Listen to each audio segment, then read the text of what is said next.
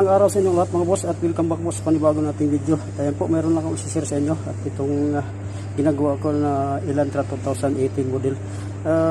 Magpapalit ako ng ECB or electronic control valve. So ayan po, at nandito yung luma na papalitan ko at nandito yung bagong ikakabit ko. Dito yung nakakabit at ito yung kanyang snap ring. Dito yung nakakabit, ito yung lock nya. So ayan, ang problema nito, kaya ko papalitan dahil po ay walang lamig pag naka-idle at pag accelerate mo minsan na bumibitaw. Yan po, ito yung naging problema at visual inspection ko naman lahat ng function. Ang condenser pa naman, ang cooling fan ay gumagana. Yan po, ito yung naging hatol ko at papalitan ko muna para malalaman. At baka maka-encounter ka ng ganito at walang lamig pag naka-idle. Yan po, ito lang po muna yung ating papalitan.